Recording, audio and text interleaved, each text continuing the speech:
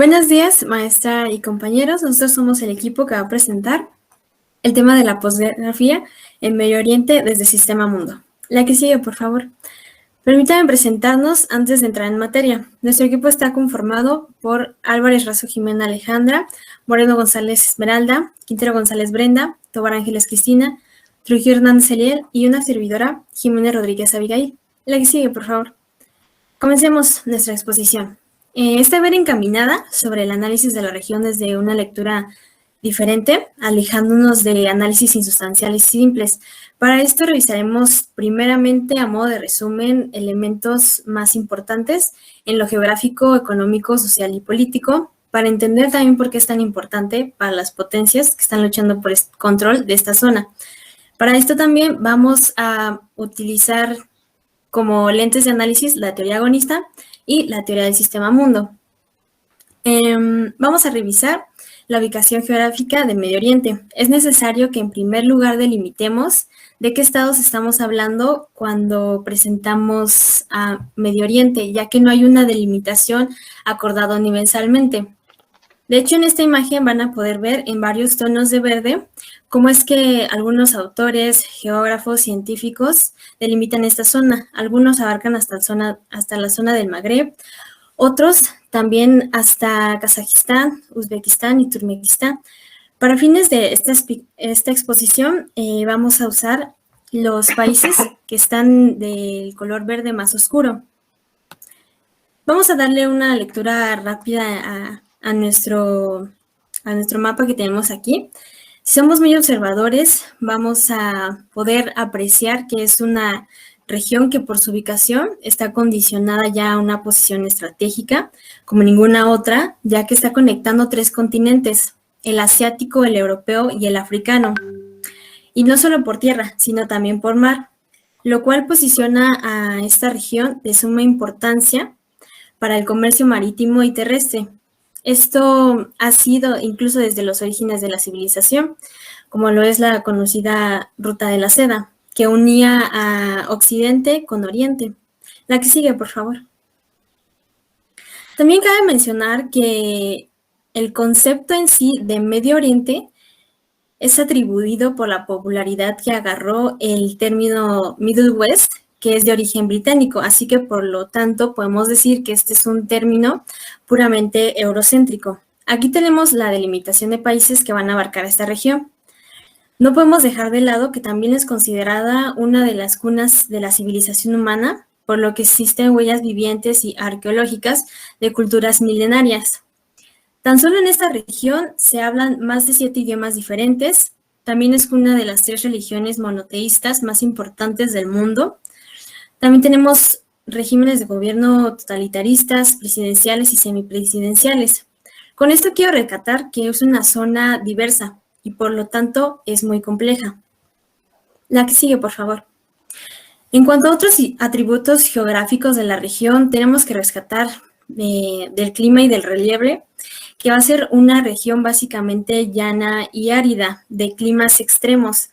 Las precipitaciones van a ser escasas. La mayoría de los ríos a su interior van a ser intransitables, pero útiles para la irrigación del terreno. El subsuelo va a ser rico en minerales y petróleos. Esto es muy importante, así como de reservas acuíferas subterráneas. La que sigue, por favor. En cuanto a las características económicas y socioculturales de la región, como ya mencioné anteriormente, no podemos dejar de lado su preponderante importancia en el tránsito marítimo y terrestre. Aquí tenemos el mapa de lo que era la Ruta de la Seda.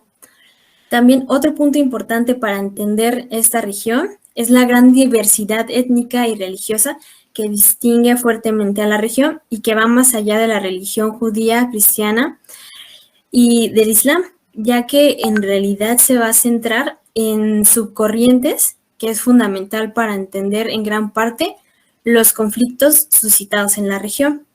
La que sigue, por favor. Otro punto importante para entender el por qué es tan estratégica van a ser sus recursos naturales. La que sigue, por favor. A continuación, vamos a ver el mapa de los países que actualmente están dentro de la OPEP. Cabe destacar que en total son 13 los que siguen activos y aproximadamente 6 de ellos, para ser más específicos, Arabia Saudita, Emiratos Árabes Unidos, Irán, Irak, Kuwait y Qatar, forman parte de esta, Arabia Saudita siendo como principal productor. Los miembros de la OPEP van a controlar aproximadamente 74% del total de las reservas probadas de crudo en el mundo. La que sigue, por favor. En esta gráfica pastel vamos a poder entender un poco mejor en porcentaje qué control está teniendo esta región sobre este hidrocarburo tan esencial para el mundo. Tiene un aproximado de 54.1% de reservas probadas mundiales de petróleo, muy por encima de lo que tienen otros continentes. La que sigue, por favor. Y bueno, ¿de qué hablamos cuando hablamos de Oriente Medio? Vamos a revisar el aporte de la perspectiva agonística para la deconstrucción de narrativas orientalistas. Vamos a estar también rescatando esta lectura de la doctora Carla Prado. La que sigue, por favor.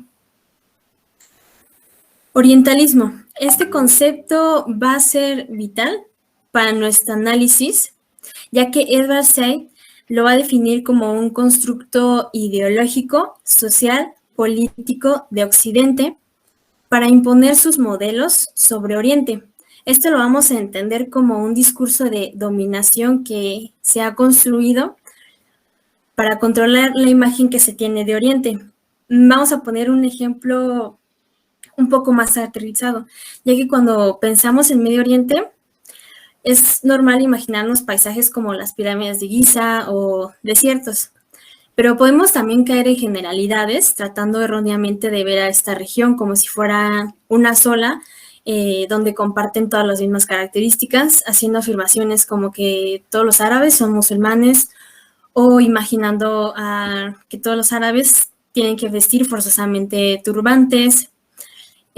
También caemos en esta parte de asociarlo con el terrorismo, de asociarlo con estereotipos radicales sobre fanatismo religioso.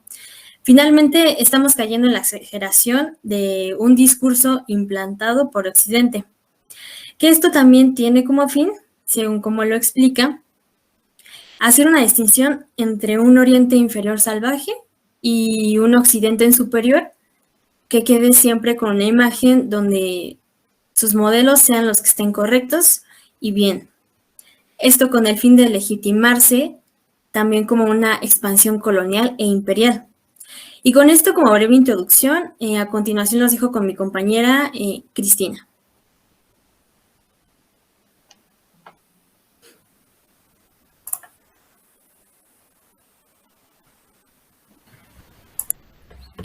Buenos días, compañeros. Yo les voy a hablar acerca del agonismo. Antes de entrar de lleno en teoría, tenemos que tener en cuenta la importancia del medio académico de producción y de diseminación del conocimiento como herramienta o como mecanismo de la perturbación, de la legitimación y de la construcción de sistemas hegemónicos de poder, ¿no? ¿Esto qué quiere decir? Que a través de la construcción de conocimientos, a través de la construcción de discursos académicos, hay un trasfondo de pensamiento o de ideología hegemónico que lo que busca es permear a lo largo de la sociedad, ¿no? Ahora sí, el agonismo piensa la política más allá del consenso impuesto por el paradigma democrático. Cuando nosotros hablamos sobre democracia, generalmente tendemos a pensar que se trata de un consenso total y que todos vamos a estar de acuerdo ante la misma postura, ante la misma posición, ante el mismo objetivo, ¿no? La teoría agonista nos dice que no es así. La teoría agonista nos dice que aún dentro de este sistema democrático siempre va a haber un punto de interés para dos miembros, ¿no? Siempre va a haber un conflicto, siempre se va a generar un conflicto, por lo tanto no puede haber una democracia absoluta. Y esta teoría se inserta en dos tradiciones de pensamiento, que son el posmarxismo y el subjetivismo. Como sabemos, el subjetivismo nos habla de los sujetos que intervienen dentro de la realidad social y la forma en la que estos construyen discursos a través del lenguaje. Y este punto es muy importante porque la teoría agonista se basa prácticamente en el discurso, ¿no? Esta lucha se da a través del discurso y del lenguaje simbólico. Hay una aceptación discursiva del caos. Ya se aceptó que va a haber siempre un conflicto, por lo tanto, estos dos oponentes no son vistos entre sí como enemigos o como rivales, se ven como adversarios. Entonces, cuando tú aceptas al oponente como un adversario, lo que haces de cierta forma es legitimar que esa oposición también tiene intereses y que por lo tanto se va a dar una lucha a través del discurso en la cual pues van a ver cuál de los dos discursos gana, ¿no? Ahora, dentro de esta teoría se entiende al conflicto como un mecanismo simbólico y discursivo que sustituye el enfrentamiento físico. Se ve a la sociedad como un espacio permanente de conflicto discursivo y de lucha por la hegemonía simbólica y política. Obviamente este conflicto se da pues en la sociedad y lo que se busca es el mayor posicionamiento de un discurso ante otro, ¿no? De igual forma se dice que no hay un fin como tal en la guerra, no hay una persona victoria. Se cuestionan constantemente las relaciones de poder. Tanto de un lado como del otro se siguen gestando discursos, se siguen gestando conocimientos discursivos, por lo tanto no puede haber una victoria total. Y finalmente el objetivo de la teoría agonista es alejar la confrontación de la violencia por medio de una lucha de argumentos por el dominio del espacio público y simbólico.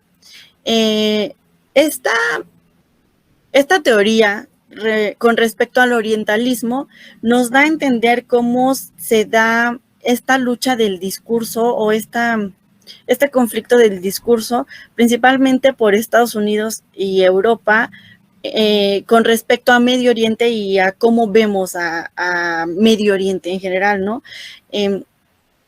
Estados Unidos nos ha creado una visión de superioridad ante un Medio Oriente que tiende a verse como una civilización asociada al barbarismo, al retroceso social, a la guerra. Entonces, toda esta visión se va dando, se va gestando a través del discurso y de forma muy sin darnos cuenta, por decirlo de alguna forma, se va adentrando en las ideologías de la sociedad en general, creando entre todos una visión hegemónica de este Oriente, ¿no? De este Medio Oriente, de cómo se le ve, de cómo se le estigmatiza a toda esta población. Y bueno, a continuación mi compañera Jimel les va a seguir explicando este discurso.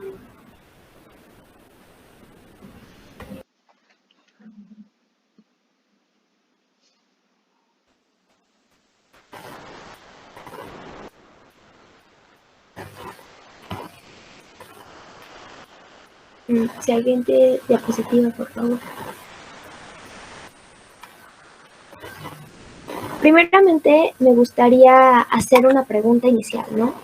Y es, ¿cómo se le conoce a Medio Oriente, ¿no? ¿No es acaso conocido como un lugar de guerras separables, donde la población es de terroristas, hay perpetradores de ataques suicidas y consiste en un lugar de pobreza y marginación extrema, entre otros calificativos que señalan y catalogan a esta región como subdesarrollada? Antes de continuar con este apartado, me gustaría compartir un concepto. ¿Podrías continuar a la siguiente diapositiva, por favor? Este concepto nos los propone Carla Prado, ¿no? En donde nos menciona el término de identidad, ¿no? El cual es entendido como un proceso que involucra toda una construcción, tanto lingüística como cognitiva, con sus raíces profundamente politizadas, en donde pues los diferentes actores se encuentran constantemente en una disputa discursiva por la creación pues de un conjunto de significados que puedan ser aceptados e incorporados por el mayor número pues posible de partidarios, ¿no? En este sentido, la cosmovisión que se tiene sobre la identidad o lo que se dice que es la identidad de Medio Oriente ha sido producto pues de una gran labor llevada a cabo por manos de países fuertes a través de una narrativa que se encarga de crear estigmas que obedecen a los intereses y estrategias del poder dominante, ¿no? Y esto lo han hecho a lo largo de diferentes momentos históricos y que únicamente refuerzan el discurso como el de Samuel Huntington, ¿no? Que nos habla sobre un choque de civilizaciones que se encarga de marcar un separatismo pues muy profundo que se basa entre un nosotros y un el ellos, ¿no? Desde una perspectiva pues claramente que supremacista, porque mientras favorece a unos, desacredita totalmente a otros, ¿no? Entonces, es así como las estrategias discursivas se han servido en particular para imponer una interpretación de una realidad, ¿no? Convirtiéndose incluso más que adversarios políticos del ello a estas fuerzas superiores, lo han decidido también manejar como la creación de un enemigo, ¿no? Y pues a través de esta narrativa, pues crean una percepción colectiva de ese ello como un peligro o como una amenaza al bienestar y a las normas adoptadas por una determinada comunidad, ¿no? Por lo que en este sentido, valdría la pena que nos preguntáramos entonces, ¿y en función de quién y en función de qué sirve la democracia, ¿no? Es decir, cómo es que sirve y a quién le va a servir este consenso pues de un discurso meramente maniqueísta, ¿no? Entonces, en este sentido, estas estrategias en la narrativa y la democracia servirían como un elemento pues que ha facilitado la unificación de voluntades, ¿no? Porque pues la nueva imposición es ser democrático, para de esta manera, a través de la supuesta libre elección, se pueda imponer. Entonces, siguiente diapositiva, por favor. Consecuentemente, entonces, ¿cuáles serían algunas de estas principales potencias que tienen injerencia en Medio Oriente y cómo estos países han logrado dicha injerencia? Primeramente, pues como vamos a tomar 3 ejemplos. Vamos a empezar con el caso de Estados Unidos, pues que como sabemos es una hegemonía, ¿no? Es un país que ha sabido aprovechar las diferentes pues, coyunturas internacionales y primeramente pues porque ha logrado conseguir los medios de obtención de poder para posteriormente ejercerlo, ¿no? Y una vez que logró este poder y ejercer este poder, capaz de dirigir no solamente su rumbo, ¿no? Sino el de todo, ¿no? Bueno, pues Estados Unidos se ha valido de un discurso meramente hablando de securitización, ya que describe esta región como plagada de peligros, ¿no? Porque su población es de barbarie. Son amenazas para la seguridad no solamente en su territorio y para ellos mismos, ¿no? Sino que también a nivel internacional. Y si bien no quiere decir que no existan grupos extremistas y que atenten en contra de la seguridad civil, este discurso ha tenido un gran impacto pues negativo también, ¿no? Porque se ha estigmatizado a toda una población, sobre todo a los musulmanes, ¿no? Porque asocian musulmanes o árabes, etcétera, igual a bombas, ¿no? Igual a explosiones, igual a atentados, igual a terrorismo, ¿no? Y el ejemplo para este caso es que había un discurso en Naciones Unidas que se hizo pues el primer ministro de Israel y decía, ¿no? O sea, que Palestina siempre se había encargado de no permitir que los árabes se llevaran bien con el resto del mundo, ¿no? Y en este sentido da un discurso, ¿no? En el que dice, yo les aseguro que nunca van a estar en mayor peligro que si le dan la razón a Irán, ¿no? Entonces, es como se valen de todas estas herramientas del discurso y de la narrativa para sobresalir ellos y hacer un lado a los demás, ¿no? El segundo ejemplo sería el de Rusia, ¿no? Y se ha basado en un discurso como de ayudar a los demás o bueno, en este caso a los países, pues no sé, árabes, ¿no? O en el caso de Siria. Y pues dice que no va a permitir que Estados Unidos siga abusando de su autoridad, ¿no? Y realmente no es que de beneficencia, ¿no? Sino que su propósito realmente es mantener alejadas a las potencias de Occidente y a su gran adversario Estados Unidos, y lo quiere mantener pues lejos de su frontera, ¿no? Y establecer un perímetro de seguridad en la zona limítrofe con Medio Oriente, por supuesto. Entonces, pues es consciente de sus limitaciones y lo que quiere es contrapesar a Estados Unidos, ¿no? Entonces, pues para ello Rusia ha invertido económicamente y militarmente dentro de Siria, y también eso le va a permitir tener una posición política importante, y pues también poder tener una toma de decisión en el régimen del presidente Bashar al-Assad. Bueno, entonces, el tercer ejemplo sería sobre Europa meramente, ¿no? Y en Europa sabemos pues que hay varios países, ¿no? Entonces, que han incidido a lo largo del tiempo en esta región. Pero en este caso, pues nos vamos a centrar a hablar en un poquito una manera más, más general, ¿no? Y en este caso, pues el presente de la colonización europea de los países islámicos fue lenta y no realmente violenta, ¿no? Porque comenzó con asentamientos pues de comerciantes meramente, ¿no? De comerciantes europeos, ¿no? La inserción fue meramente pues económica, sin embargo a ello le precedió la conquista política a través de una misión pues civilizadora, ¿no? A través del cristianismo como justificación para la expansión colonial. Y el ejemplo es cuando se estableció el protectorado sobre Túnez en 1881, ¿no? Y este protectorado, junto con la apertura forzada pues, de los mercados internacionales, incorporó pues así a los países árabes a un dominio colonial, ¿no? Posteriormente, con la Conferencia de Berlín del 1884, pues digamos que se consagró, se pactó el derecho, o un derecho inventado claramente, ¿no? Que tenía Europa a colonizar, ¿no? No solamente Medio Oriente, ¿no? Sino ya otras áreas, ¿no? Y se crearon pues así también muchas fronteras artificiales que dividen el continente, ¿no?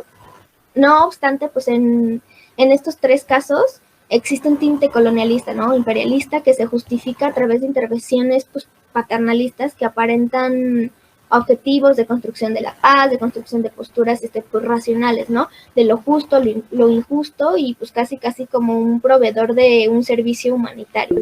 Sin embargo, pues estos ejemplos pueden explicarse a través de la teoría del sistema mundo, ¿no? Pero, ¿cómo se llega a esta teoría para explicar lo que sucedió en Medio Oriente, ¿no? Pues si bien en un inicio se estudiaba anteriormente el sistema y las sociedades como, bueno, basados en el desarrollismo, estas mismas suponen que todos los estados se dedicaban a vivir en el desarrollo, ¿no? Y que este desarrollo se debía medir. Entonces se predicaba que todos estos estados eran capaces de analizar pues los resultados, de alcanzar, ¿no? De hacer un análisis de qué es lo que nos falta y de qué es lo que tenemos que hacer para ser desarrollados según la mirada de Occidente, ¿no? Sin embargo, la realidad económica es que a pesar de todas estas supuestos que se decían, ¿no? Y que manejaba el desarrollismo, la brecha entre los países desarrollados y en desarrollo, pues crecía cada vez más, ¿no? Y bueno, es así como surge un choque agonista que posteriormente, ¿no? Nos permite concientizar que el desarrollismo es una visión y un discurso meramente ilusorio, ¿no? Que crean estos países fuertes a conveniencia y que a su vez es la misma visión que deciden adoptar como modelos, pues estos países lo desean adoptar como un modelo que tienen esperanza que les sirva, ¿no? Y que también los haga prosperar. Sin embargo, pues no hay una paridad, ¿no? Y es precisamente donde se encuentra esta ventaja, ¿no? Y otro punto a destacar es que estos países no quieren coexistir, ¿no? Sino que quieren prevalecer. Y entonces por eso hay un interés en crear más que un adversario, un enemigo, ¿no? Con el fin, pues, de desaparecerlo. Entonces, en el sistema mundo, en palabras de Wallerstein, pues intenta señalar que se hace referencia no a un sistema o economías, de todo el mundo, ¿no? Sino que son sistemas, economías e imperios que son ya por sí mismos un mundo y que seguramente y que de hecho no ocupan la totalidad del globo, ¿no? Sino que se centra o se focaliza solamente en algunos. Entonces, en sistema mundo, en palabras de Wallerstein, estamos frente a una zona de espacio temporal que atraviesa múltiples unidades políticas y culturales, una zona integrada de actividad e instituciones que obedecen ya reglas sistemáticas, ¿no? Entonces, de este modo, a través de la teoría del sistema mundo, junto con la agonista, se rompe con la explicación de la realidad impuesta, ¿no? Impuesta por Occidente, y a no seguir este falso discurso, convirtiéndose en estas teorías en un visibilizador de las profundas desigualdades del sistema. Y por mi parte, pues sería todo para explicar como esta cuestión de sistema mundo con lo agonista y las alianzas entre los países y sus intereses. Vamos a continuar con mi compañero Eliel, que les va a explicar un poquito acerca del terrorismo y de la guerra del terror. Buenos días a todas, a todos. Profesora, yo voy a exponer el tema de los atentados del 11 de septiembre, la invasión a Irak, la guerra contra el terror, los partidarios y los críticos. La siguiente, por favor. Evidentemente, los eventos que se suscitaron el día 11 de septiembre de 2001 en Estados Unidos fueron precisamente una ruptura abrupta, nos dice la autora Carla Prado, de la visión identitaria que los estadounidenses tenían de sí mismos, es decir, una nación blanca, una nación segura, una nación cristiana e infraestructuralmente inviolable. Cabe mencionar que estos atentados fueron en lugares muy estratégicos, como todos sabemos, en las llamadas Torres Gemelas o World Trade Center en Nueva York, en Virginia, en el Pentágono cerca de Washington, D.C., y en un campo abierto de Pensilvania. La siguiente, por favor. ¿Cuáles son los antecedentes de este tipo de ataques? No era la primera vez, ya que en 1983 un atentado en los cuarteles de Beirut mató a 200 soldados estadounidenses y 58 soldados franceses. En el 93 hubo un atentado precisamente ahí en el World Trade Center, que tenía la intención de deshacer los cimientos de la Torre Norte para que ésta cayera a la Torre Sur. Sin embargo, no se logró, solamente murieron 6 personas. La siguiente, por favor. En el 98 hubo atentados en las embajadas estadounidenses en Kenia y en Tanzania, que causaron la muerte de 213 personas, incluidas 12 estadounidenses. Y en el año 2000, un año antes de los eventos del 11 de septiembre de 2001, hubo un atentado en el Uskowl, el cual se utilizó una lancha bomba suicida que mató a 17 marinos estadounidenses. La siguiente, por favor.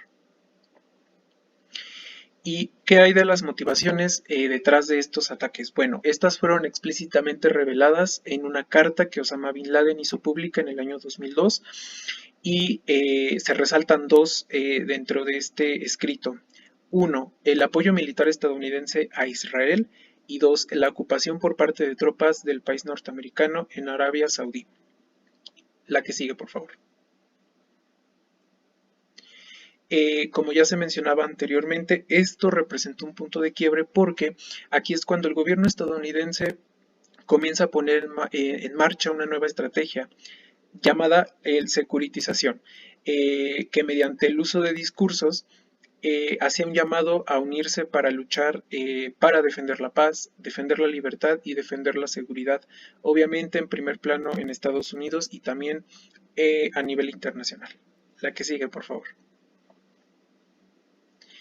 En este sentido, cabe mencionar que en una parte de su discurso en el Capitolio, el presidente George W. Bush hace un llamado a pronunciarse. Sí, textualmente dice: todas las naciones en todas las regiones deben tomar ahora una decisión. ¿Están con nosotros o están con los terroristas? La que sigue, por favor.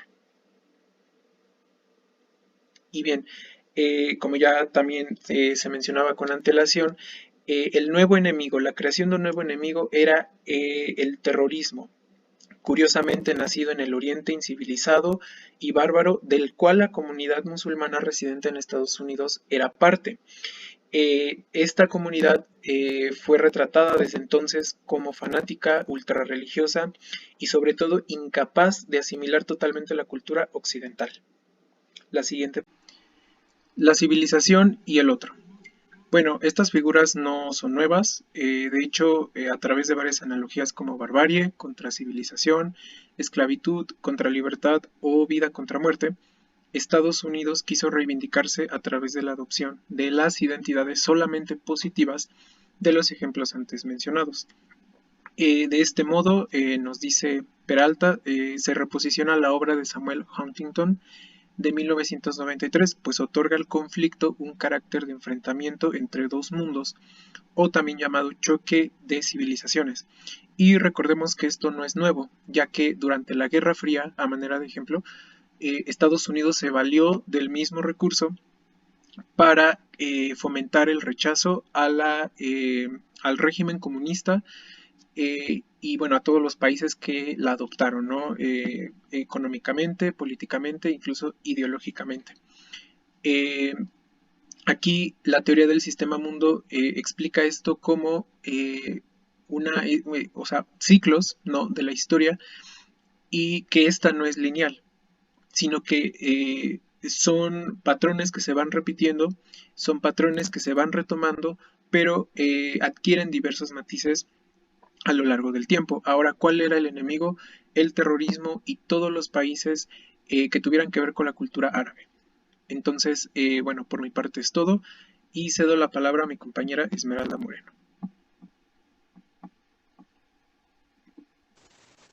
Buen día. Bueno, yo les voy a explicar las narrativas orientalistas y su impacto en la comunidad musulmana estadounidense después de los atentados del 11 de septiembre del 2001. Como bien es sabido, pues después de estos ataques se da un punto de inflexión global, donde pues Estados Unidos esparce, ¿no?, algunas ideas o ideologías en contra del terrorismo, también en materia de seguridad, y también refuerza su política externa. Siguiente, por favor.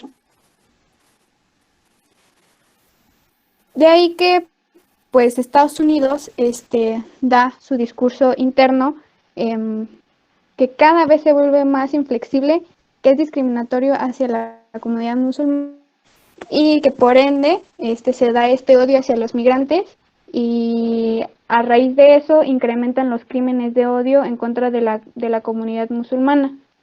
Siguiente, por favor. Hay que destacar que esto no nada más se suscita en Estados Unidos, sino que se esparce por todo el mundo. Y pues de hecho la Organización para la Seguridad y la Cooperación en Europa habla de la gran discriminación y odio a esta comunidad musulmana. Y pues de hecho se dice que los musulmanes pues se presentan como una amenaza a la identidad nacional, y que pues también dicho grupo pues es monolítico, cuya religión y cultura son incompatibles con los conceptos de derechos humanos y de democracia que pues vienen desde Occidente. Y esto mismo pues hace que se aísle a los musulmanes de la misma sociedad.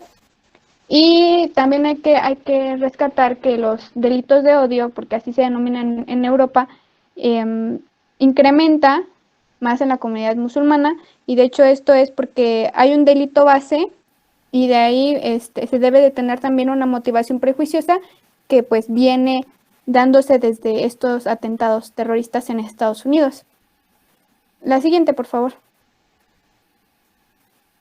Pero pues hay que hablar acerca del contexto. O sea, eso no nada más pasó por azares del destino y se acabó, sino que todo tiene un trasfondo.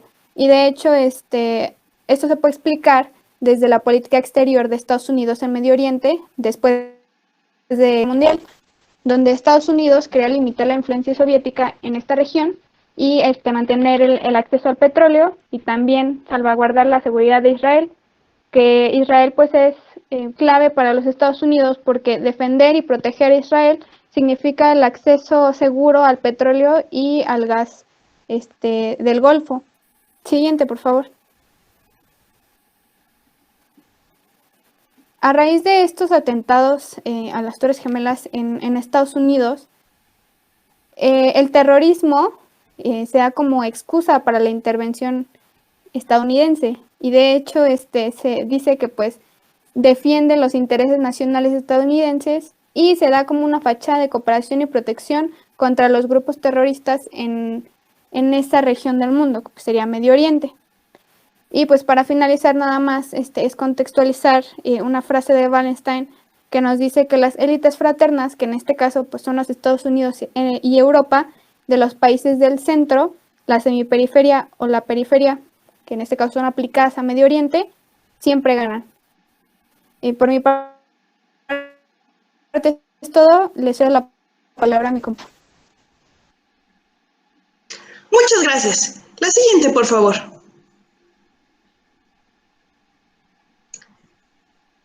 Ahora bien, vamos a hablar sobre el mandato de Barack Obama del 2008 al 2016 y cómo este trajo consigo más mediatización hacia Medio Oriente y un nuevo orientalismo. La que sigue, por favor.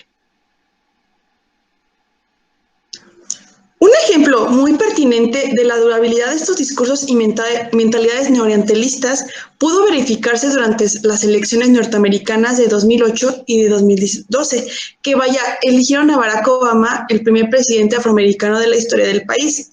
Además del racismo contra toda la comunidad afroamericana de Estados Unidos presente en la campaña del Partido Demócrata, el propio presidente fue obligado a publicar su cédula de nacimiento en línea para disipar todas las dudas sobre su ciudadanía, ya que para muchos el hecho de que fuera hijo de padre africano y con nombre de origen árabe, Barack Hussein Obama, como pueden ver en la diapositiva, hacía revivir los dogmas y prejuicios orientalistas del pasado reciente, ahora nombrados por Carla Prado como teorías de conspiración.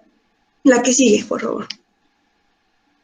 A pesar de todo el entusiasmo y expectativa producidos en la opinión pública global cuando fue elegido en 2008 debido a su postura más carismática y un poco menos informal que sus antecesores, más informal que sus antecesores, la verdad es que la diferencia de facto que representaba Obama, lejos del canon estadounidense blanco, religioso y socialmente conservador, no se reflejó en sus decisiones políticas respecto a Medio Oriente.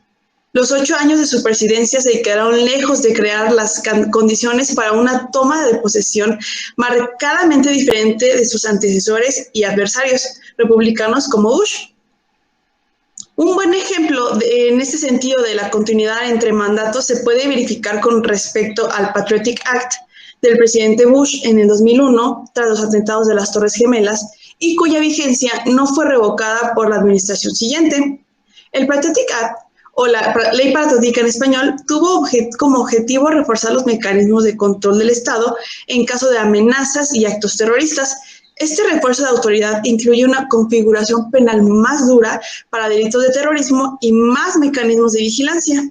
Además, esta continuidad legislativa que conectaba con sus antecesores, la política de Obama se mostró, a pesar de las repetidas oportunidades presentadas para reconfigurar su relación política y discursiva con la región, sobre todo con el rescaldo de la masiva ola de protestas que sacudió y cambió los rostros gubernamentales de países como Egipto, Túnez o Libia, la política de Obama logró muy poco en términos políticos efectivos, sobre todo con la escalada del conflicto sirio. La que sigue, por favor.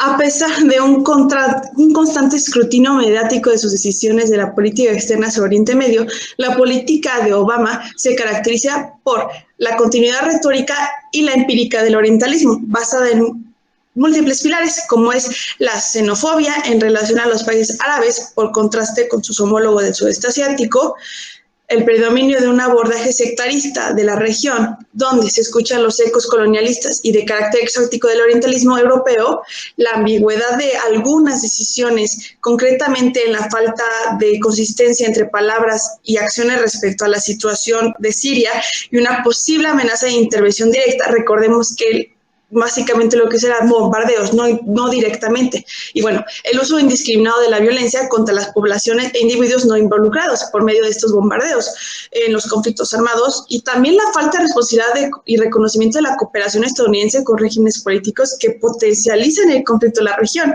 Por ejemplo, como dijimos en las clases pasadas, como el apoyo que sí le da a los regímenes del Golfo, como Arabia Saudita y Qatar, pero no a otros países, y con esto sí sustenta de que sí están bien. La que sigue, por favor. Teniendo en cuenta todos estos aspectos, es posible afirmar que la administración de Obama fue, por un lado, un palco de construcción discursiva y resistencia agonística debido a un creciente número de críticas fundamentadas a la administración que se opusieron al jergón dominante. Y no obstante, a pesar de sus campañas basadas a la diferencia de sus adversarios, la política estadounidense y europea no se benefició en términos prácticos de esta presunta empatía transmitida por una nueva generación de líderes políticos. Al contrario, yo creo que esto reafirmó un nuevo tipo de neoorientalismo en las sociedades occidentales. La que sigue, por favor. Bueno, en estas diapositivas se puede listar las bombas lanzadas en la región y pues dar referencia de las mismas. La que sigue, por favor. Es así como ahora vamos a hablar de la administración de Trump, que se caracterizó por la hostilidad e incertidumbre en Medio Oriente. Siguiente. Con la llegada al poder de Donald Trump, estos intentos de Obama superficiales de cooperación y de terminar la guerra se transformaron en mera hostilidad al construir toda una campaña electoral basada en el desprecio y la hostilidad hacia los migrantes, que nosotros como mexicanos bien sabemos, ¿no? Desde la promesa de cerrar la frontera sur con México, que era una nación de violadores y criminales narcotraficantes, hasta la total aniquilación de la comunidad afroamericana a través de su apoyo implícito o explícito a manifestaciones institucionalizadas de racismo y de extrema derecha. La administración de Trump ha hecho todo para justificar y blanquear sus abusos de poder hacia su comunidad migrante, sobre todo aquellos que no corresponden a su ideal blanco y cristiano de América. La siguiente, por favor. Si nos centramos especialmente en la comunidad americana de origen árabe o musulmán, esta narrativa hostil se ve aún más reforzada por la enorme máquina de manipulación comunicativa empleada por la administración.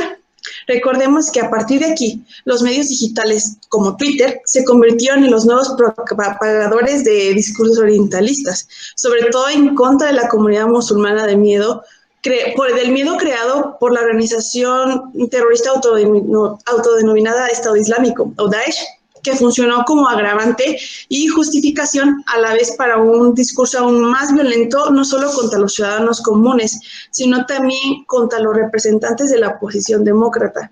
Asimismo, su administración se caracterizó por estar totalmente en favor de Israel y el Reino de Arabia Saudita por las razones que hemos mencionado. La siguiente, por favor. Bueno, después de este breve recorrido teórico, histórico y discursivo de la forma como Oriente Medio fue configurado, pensado y descrito en el transcurso de las últimas décadas por Occidente, es posible percibir que hay un largo camino por delante hasta llegar a un cambio definitivo del paradigma neoorientalista y neoimperialista seguido por las sociedades occidentales. No obstante, mediante estas reflexiones de centros y periferias impuestas, se crean nuevas herramientas de análisis y de construcción de discursos, heredados de un pasado colonial y lleno de prejuicios y construcciones culturales basadas en premisas francamente discriminatorias. Aunado a lo anterior, esperamos que haya sido de su agrado nuestra exposición y les haya ayudado como a nosotros a quitarnos la venda de los ojos sobre qué es Medio Oriente. Para finalizar, cierro la exposición con una frase citada por Carla Prado de Chantal Mouffe, que impulsa a científicos sociales como nosotros a construir nuevos paradigmas de conocimiento. Y es, caminante no hay camino, el camino se hace al andar. Muchas gracias por su atención.